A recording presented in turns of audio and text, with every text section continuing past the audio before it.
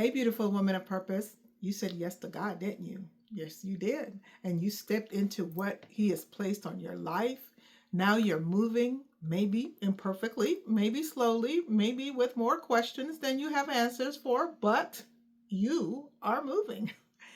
And somewhere in that movement, something happened, and you are not fully prepared for what it is because now it's costing you more than you expected. It's not costing you just in time or energy. I mean, yeah, those are important too, but it's costing you in ways that are harder to name.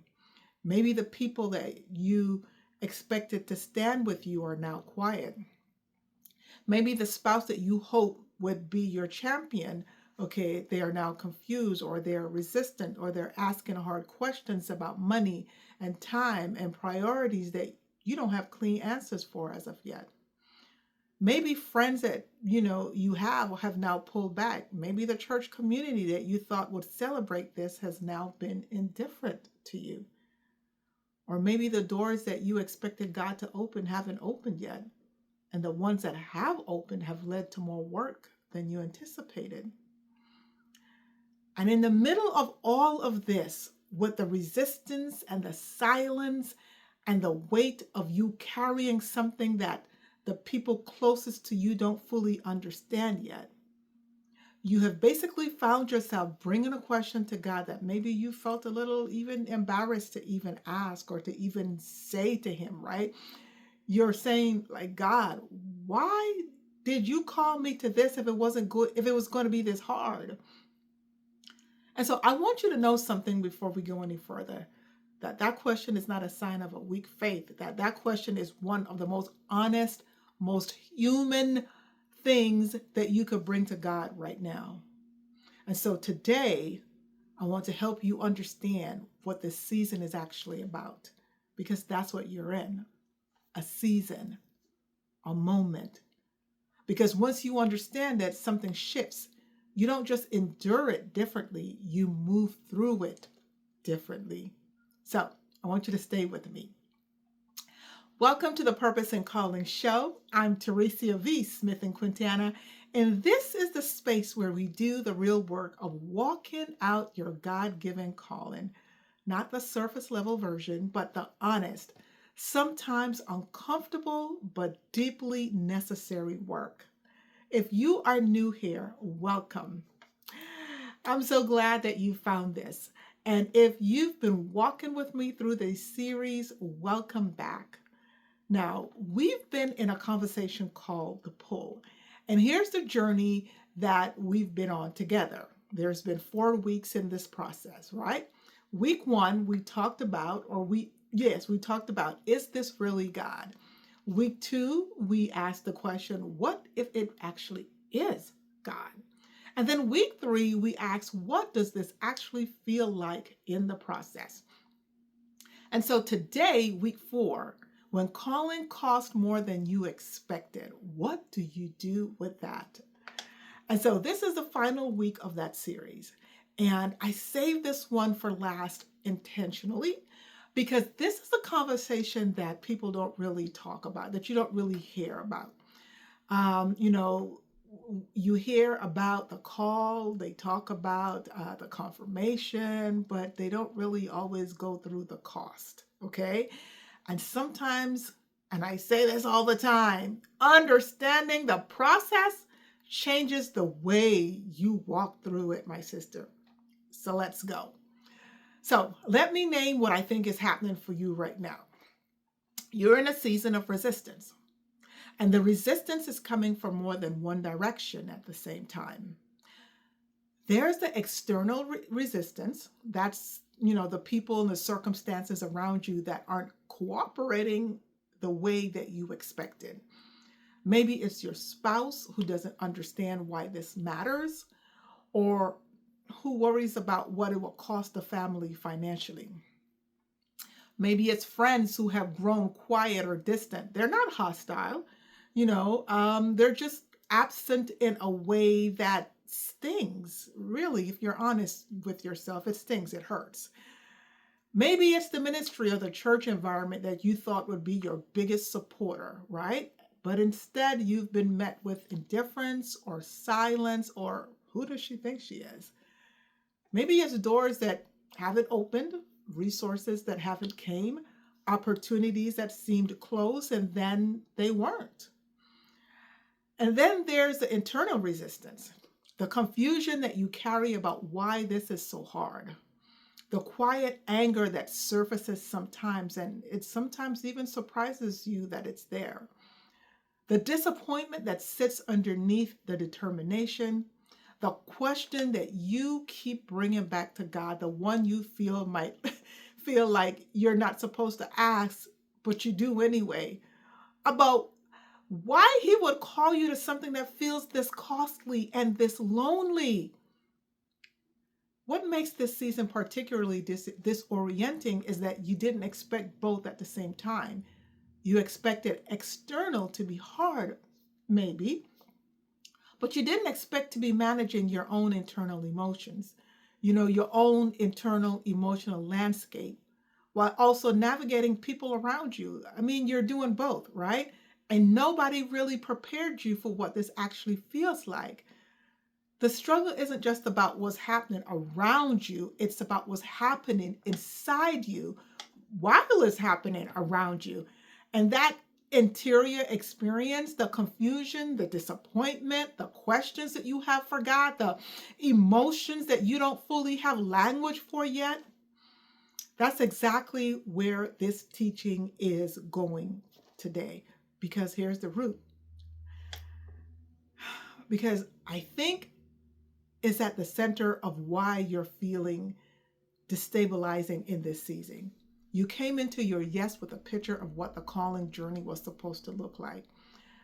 And then somewhere in that picture, maybe without you even realizing it, there was an assumption that people who love you would eventually understand, that they would just get it, that God would make the path clear enough that the resistance would lift, that the cost would be manageable, that the hard parts would be temporary and obvious and followed closely by you having a breakthrough. But what you didn't account for is sometimes the cost of a calling shows up in the people closest to you before it shows up anywhere else. Sometimes the first thing that gets tested is not your faith in God, but it's your relationships, your finances, your sense of belonging, the things that feel most personal, the things that hurt the most when they don't respond the way you hoped. And then when that happens, when the resistance is relational and financial and emotional all at once, honey, let me tell you, it can feel like God is asking you to pay a price that he didn't fully disclose before you agreed to this transaction. And that's where the question comes from. It's not from doubt. It's not from a lack of faith, but from the very real experience of a woman who said yes. And now you are living in the full weight of what that yes is costing you. God, why did you call me to this if it was going to be this hard? That's the question. But I want to say something careful here. That question is not disobedience and it's not weakness. It's not a sign that you're losing your faith. Listen, do you know who else asked God hard questions in hard seasons? Jeremiah. Jeremiah told God that he had been deceived. And Moses, well, he asked God to kill him rather than carry the burden alone. And Elijah sat under a juniper tree and told God that he was done. He was like, God, I'm done. And David wrote Psalms, more than, it was complaints and worship. It was all of that, okay? And guess what? God met them right there. The question you're asking God right now, that's not you losing your faith. That's you talking to him and talking to him. And even when what you're saying is hard, it's exactly what faith looks like when it feels real. So in my own purpose journey, my difficulty came in the form of relationships. And so my closest relationship, my spouse, my husband,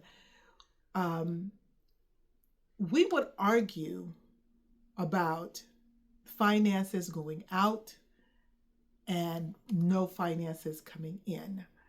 He didn't quite understand what it meant to be called. He didn't understand the burning desire that God had placed within me, that I was desperately trying to bring forth. So there were a lot of miscommunications. There were arguments about finances, and, let's just say it wasn't the best. But I shared that information with you because I want you to understand that I'm not just speaking from a point of view of, here, let me give you this information. I'm speaking from, I have lived it. I have walked it. I understand it because I have been in it. And so what I have experienced, I now want to share with you, because I did not have anyone in my season to help me to understand where I was at, what I was experiencing, and what I was dealing with at that time. Let me do what we've been doing across these series. Separate what is actually true from the meaning that you've been attaching to it. Because in a hard season, the meaning that we attach to our circumstances can become more destructive than the circumstances themselves. So here's a fact. The people closest to you don't fully understand your calling right now. Simple as that. But here's a false meaning, okay? If this were really God, the people in my life would be able to see it too. No, not necessarily. The truth is, understanding is not the same as confirmation. God confirmed this to you, not to them. That's not a flaw in the calling. It's just the nature of it. And many of the people God used most were not understood by the people closest to them. Not at first, okay? And sometimes not until much, much later. Joseph's brothers didn't understand, and David's own father didn't call him in from the field when Samuel came to anoint one of his sons. See, the lack of understanding around you is not evidence that God hasn't spoken. It may be evidence that he spoke specifically and just you. So here's another fact, that this is costing more than you expected, relationally, financially, emotionally. Here's what you may be thinking, the false meaning, that God wouldn't ask me to pay this kind of price.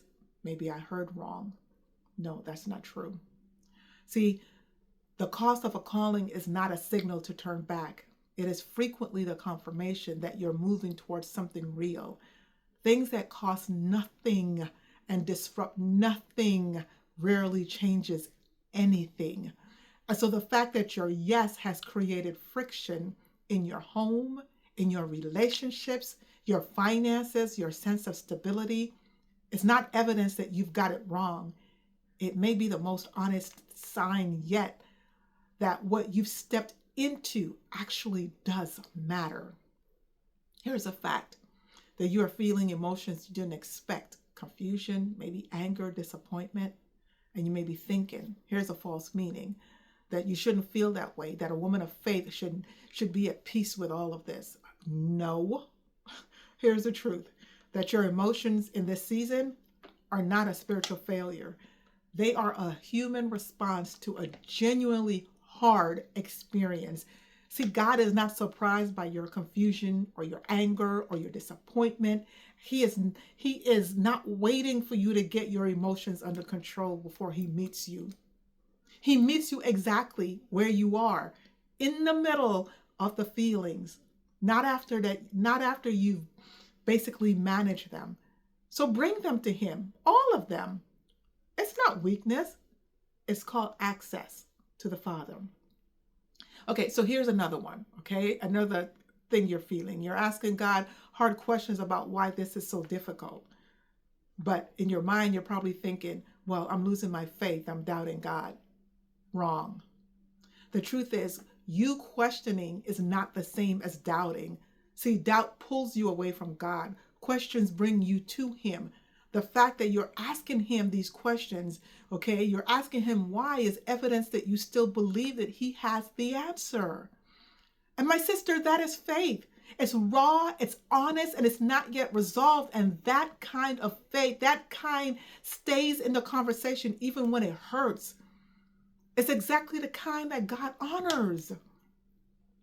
And underneath all of that, here's the one thing I want you to hold on to as we move through the rest of this teaching.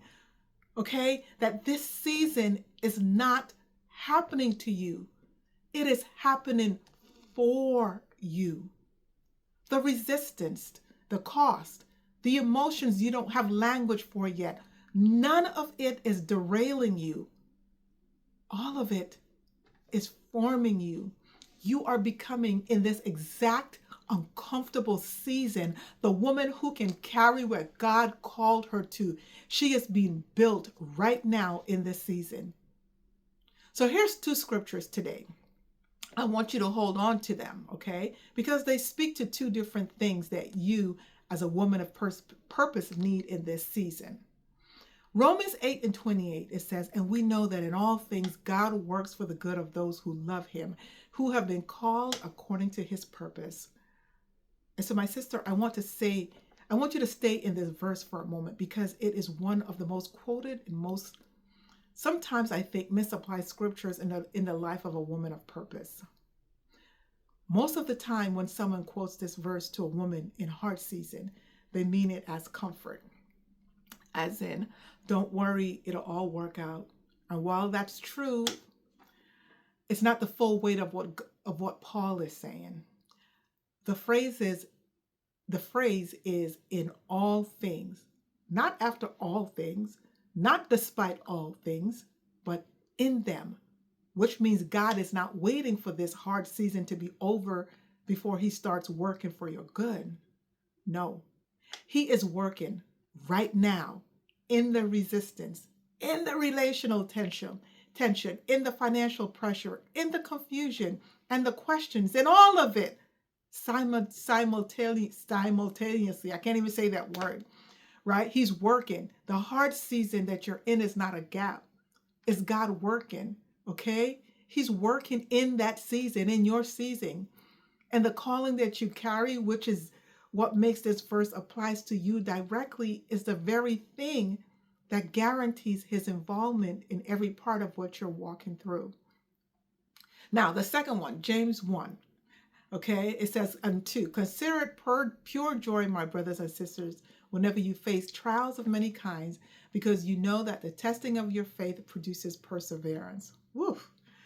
Woo. It says, let perseverance finish its work so that you may be mature and complete, not lacking anything. Oh my gosh. Ooh, man.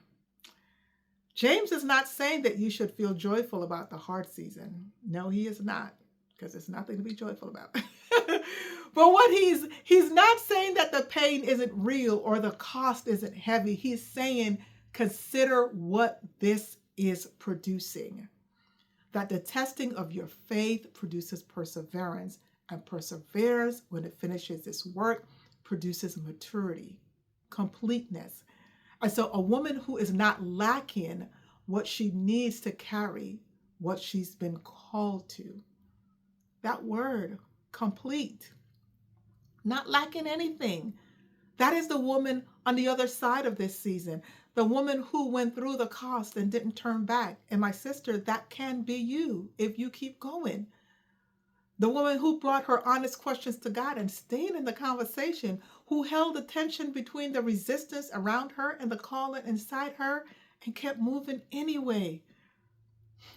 The woman, that woman, you, is going to be built, okay, in this season, in this cost, in the exact place that you are standing in.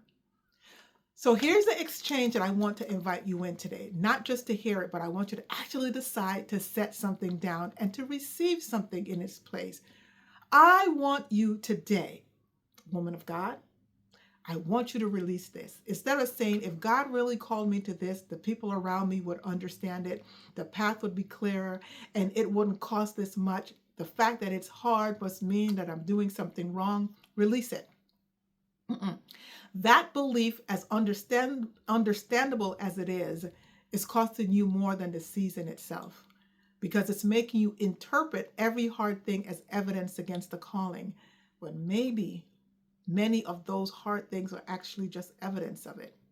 So this is what I want you to do instead. I want you to receive this and say, the cost of this season does not disqualify the calling. The resistance around me does not mean God has left the building. The emotions that I am carrying are not spiritual failure. They are honest responses to a real and weighty journey. God is in this with me, and He is working in all of it. And I am being formed in this season into something I could not become any other way. Listen, that is not a declaration that the hard is gone or that the cost is suddenly going to be easy. No, it's a declaration about what the hard is for. And that reframe from something is wrong to something is happening changes everything about how you carry this season. So here's what I want you to do this week. 2 things. I want you to write both of them out, not just think them through, okay?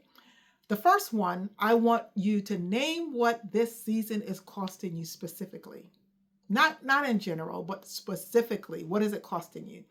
Is it costing you a relationship, a financial sacrifice, a loss of belonging in a community that you valued, the silence of someone whose voice matters to you? Write it down. Name it honestly, because you cannot bring something to God that you haven't first been honest about with yourself. And you cannot release the false meaning that you've attached to it unless you've named the fact clearly. And so the second thing is to bring the hard question to God out loud or on paper. Remember I told you that I write lots in my journal? So whatever version of God, why did you call me to this if it was going to be this hard, lives inside of you right now, write it, say it. Not as a performance of faith. You don't clean it up, just write it. But as honestly as you can, because He already knows what's in you. And the act of you bringing it to Him rather than carrying it alone is not weakness. It is the most direct path back to peace in this season, okay, that you can do. And then after you've named the cost and you've brought the question, just keep moving, okay? Keep moving. Not because resistance has lifted, but because you are a woman of purpose who now understands something about this season that you didn't understand before. You don't rest in this season by stopping. You rest in it by knowing what it's for and trusting the one who is in it with you. And so I want to close today. I want to close this series by speaking to something bigger than this single episode, because we've walked through something together over these 4 weeks, okay? And I don't want to release you without naming where you've been. So we started week 1 asking, is this really God? And then we moved on to week 2, and we talked about you carrying the weight of what if it actually is Him? And then in week 3, we gave you language for what the process feels like from the inside. And so here we are for week 4. Today, we gave you something for the season that nobody warned you about. The cost, the resistance, the relational tension, and the emotions you didn't have words for. The question that you've been bringing to God in the quiet. And so all of it has a name now, and all of it has a purpose. So let me say this directly to you, woman of purpose. You are not too sensitive for this. You're not, feeling like you're out of sync. You are not too emotional. You're not misreading God or making things harder than they need to be. No, my sister, you are a woman in the middle of a real calling, in a real season that is asking real things of you.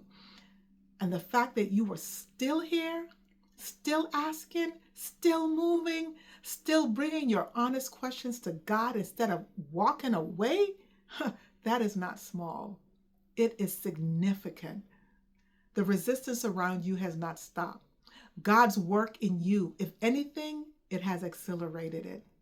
Because the woman who makes it through a season like this, who holds the tension and stays in the conversation and keeps moving in spite of the cost, is not the same woman who entered it.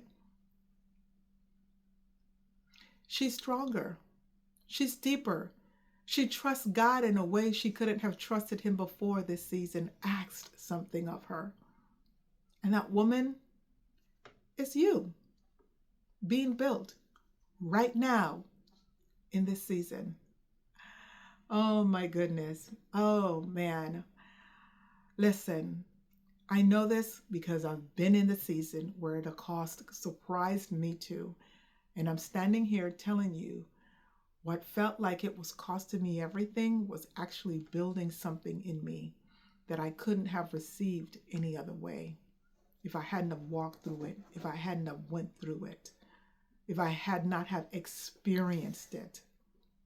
So rest in the understanding, move through it anyway, not because the heart is over, but because you know that what the heart is for. And the God who called you has not left you in it alone. Just remember that. You're not alone. Okay? Listen, God was in week 1 when you were still asking if it was him. He was in week 2 when you felt the weight of what it meant if it was him. He was in week 3 when the process didn't feel like the way you expected it. And he is right here in week 4, in the cost, in the resistance, in the questions, in the emotions that you are still learning how to name. He has been in all of it, and he will be in what comes next. Like I say, sometimes understanding the process, my sister, changes the way that we walk through it. So before you go, I want to hear from you. Where are you in this right now? Where are you in the process? Is there a cost you're carrying that you haven't named out loud yet? Drop it in the comments. See, this is a safe space for you and for your honesty. If this series has given you language for something that you've been walking through, please share it. Share it with, one woman of purpose in your life who needs it. Share it with someone in your world who is in this exact space right now. And make sure that you subscribe so you don't miss what's coming next, okay? All right, until then, keep walking in your process. I'll see you soon. Be blessed.